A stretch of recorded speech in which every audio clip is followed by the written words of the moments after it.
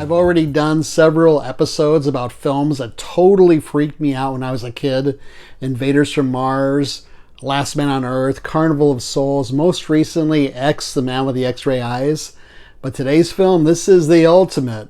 El Grande Supremo, numero uno if you will, or if you won't. And it turns out I'm not the only one that was affected by this film. This is the Kazdoy Closet. I'm Kazdoy. That's my closet full of all the stuff that I love. And today, you know that feeling you get when you're afraid, those chills up your spine? That could be the Tingler. Let's check it out. Today's film is indeed the Tingler from 1959, 82 minutes long, beautiful black and white with some color. More about that later.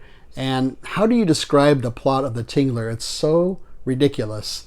Basically, it's about the force of fear. So I guess we all have this thing attached to our spine that comes alive when we're afraid. And the only way to get rid of this thing is to scream really loud, and it kind of remains dormant. And we have Vincent Price, the great Vincent Price, starring in this, one of my favorite actors. And he is playing this surgeon slash scientist who wants to do research into this thing.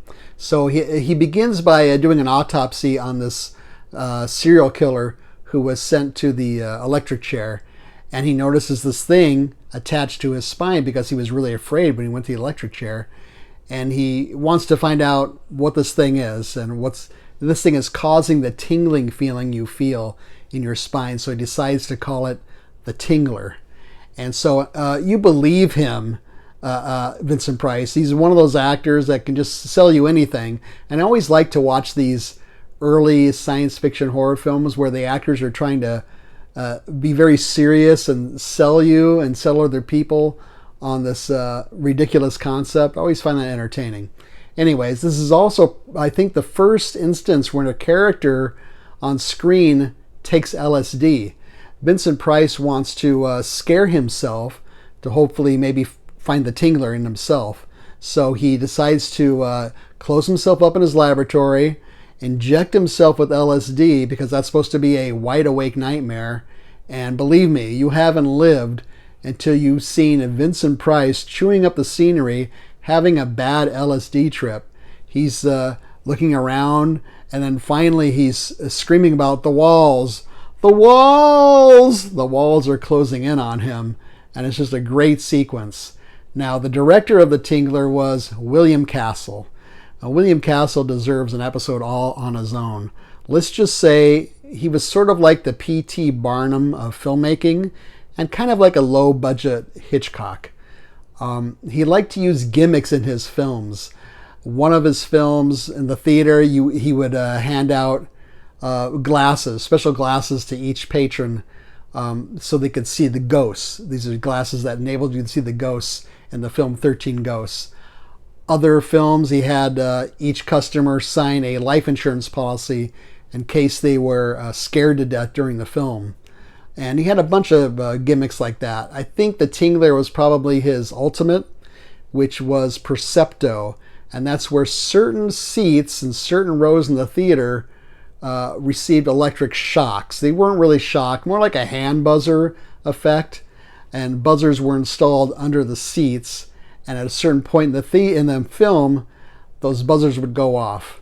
And the only way to, that means the Tingler was loose in the theater. So the only way to get rid of him is for everybody in the theater to scream as loud as they could.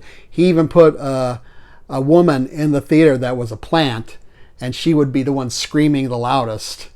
So he also introduced the film. So the Tingler begins with a blank white movie screen, and William Castle walks in front of it, and he introduces the whole concept about the force of fear is very great.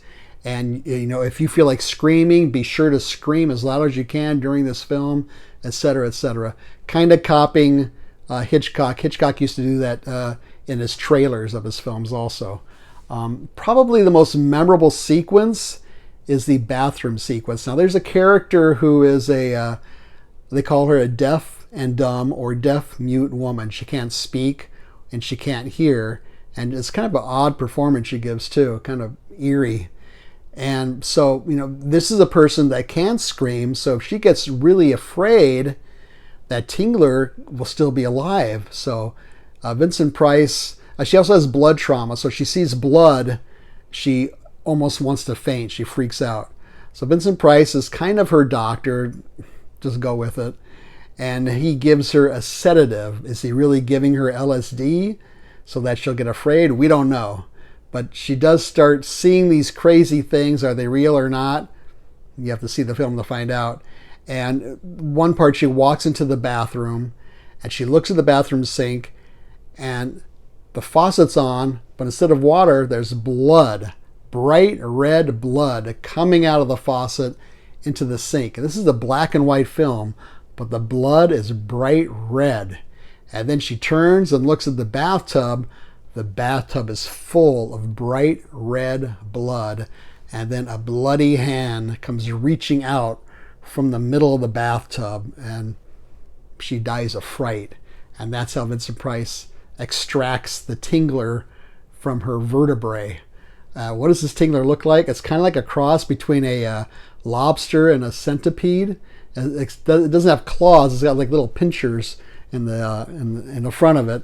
And yes, when it goes along the floor, yes, you can see a wire sometimes pulling the Tingler across the floor, and you hear on the soundtrack, boom, boom, boom, boom, heartbeat, and you kind of see it almost pulsating a little bit. There's one scene where Vincent Price was kind of drugged by his wife, and he's laying on the couch asleep, and she puts the Tingler out there. She's trying to kill him, and the Tingler comes crawling up to his neck, and he is so afraid, and he really sells it. It's so much fun to see him with this rubber thing attached to his neck, and he's really afraid of it. The other sequence that is probably the second most famous is the theater sequence. And basically what happens is the Tingler is set loose in this theater. People are watching a silent movie, and this girl is eating popcorn. Her boyfriend keeps trying to hit on her, and she's moving away from him.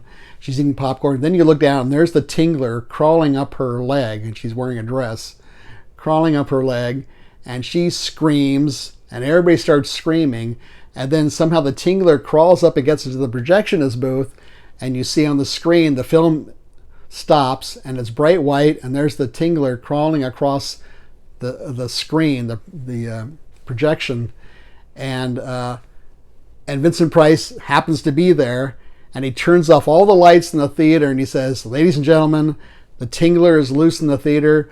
The only way to get rid of it is scream. Scream as loud as you can." And that's where the woman that was planted in the theater would start screaming.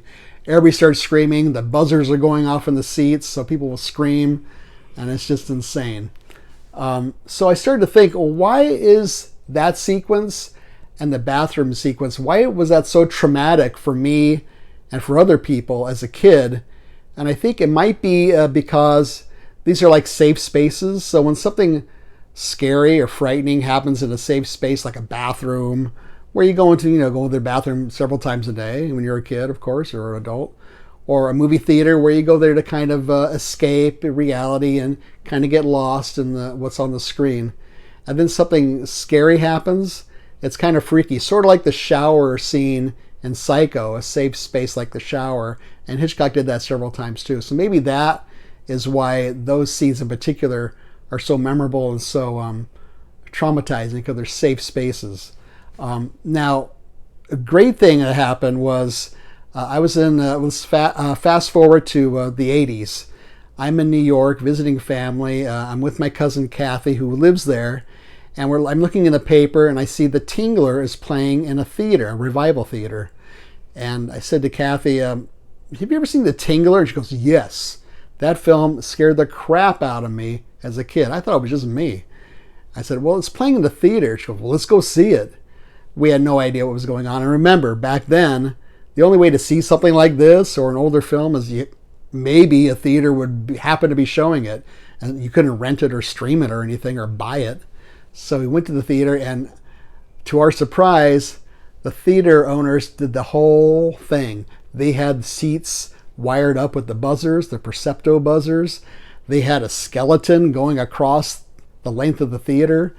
And when the scene happens in the Tingler where the Tingler is let loose in the theater, they had one of the theater employees running up and down the aisle screaming with the replica of the Tingler stuck to his neck. So that was just so much fun. I was so lucky to be able to see the full 1959 effect of the Tingler in the 80s. So for many reasons, nostalgia, of course, and it holds up very well. It's a well done film, fast moving, and still a couple of jump scares in there. I'm going to give this one 4 lobsters out of 5 because it looks like a lobster. So what's on this disc? Well, this is actually part of a William Castle box set, which looks like this. There were 2 volumes. I only have volume 1. It looks like this. There's 4 films in here, including The Tingler, 13 Ghosts, Homicidal, and Mr. Sardonicus. This is tough to find. I mean, I got this for about $50 when it first came out. It's going for about $200 now, so I guess it must be out of print, and it must be supply and demand. But on this disc, this is an indicator, and it looks great, and it sounds great. It's got a great booklet in it. It's about 40 pages long with all kinds of information, including some excerpts from William Castle's autobiography, and lots of extras on it. Most of them are pretty short. We have some film historians and horror film experts talking about the film, background material. We have one of the actors who's in the film who says he's laughing through the whole interview. He says he went to the set, and outside the set there's an armed guard and there's a box, and this armed guard is guarding the box, and the actor said, "What's in that box?" And he said, "Well, this is the Tingler. I have to guard it, make sure nobody gets to it." So even outside the set, they were putting this illusion up of this Tingler being real. There's an interview with one of the actresses, and of course much older now. It's a recent interview, and she says when she talks to people and tells them that she used to be in films, and they ask her, "What films were you in?" She's kind of hesitant and embarrassed to say, "I was in the Tingler," and she always gets the same response: "That film scared the crap out of me when I was a kid." So again, I found out I'm not the only one that was freaked out by the Tingler, which was kind of fun to find out. Another interesting thing is there's an interview with the publicist who actually worked on the film, and he was in charge of convincing different theater owners to install the Percepto buzzers under the seats. And I never really thought about the whole logistics of it, but there's even an instruction manual included on the disc and in the booklet to show you how to attach the Percepto buzzers, how to wire them, where to run the wires, when the projectionist should flip the switch, at which point in the film he should do that. So there's a lot involved, and this publicist had to convince the theater owners to let him install this under the theater seats.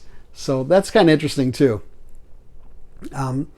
So like I said, this is going for a lot. The Blu-ray is. The DVD you can get for like $10 or so if you want to buy that. It doesn't have all those extras. It's got a couple of things. That's about it. And you can, haven't seen it screening anywhere. You can rent it, of course. You can probably find it through your local library since it's such an old film. So that's the Tingler. I don't think I left anything out. There's a lot to say about it, but that's it there. Hope you like this episode. Feel free to leave a comment or suggestion. Maybe you've seen the Tingler, or we've talked about films that have scared us as kids, and I think I need to stop that for now because I've done that too many times. But leave a comment or a suggestion down here. Leave a thumbs up. Don't leave a thumbs down. Subscribe would be great. Let me just say, I reached my goal of 200 subscribers. I know it doesn't sound like a lot compared to some other YouTube people, but for me, I was pretty happy about that. I guess I got to set a new goal now, maybe 250 by the end of the summer. I'm not sure how that's going to work. But I want to thank you so much for subscribing and for watching these. Like I've said before, I'm not asking for anything. I'm not asking for people to pay money to subscribe, like a Patreon thing. I don't have an eBay store where I sell old stuff back here. I don't sell any merchandise. I mean, who wants a t-shirt with this face on it, right? So my aim is true, according to Elvis Costello, and just sharing stuff I love with all of you folks. So really appreciate it. And thank you so much. And I'm not getting any of this stuff for free either. Share this with your friends and neighbors. Otherwise, thank you so much for watching. See you next time.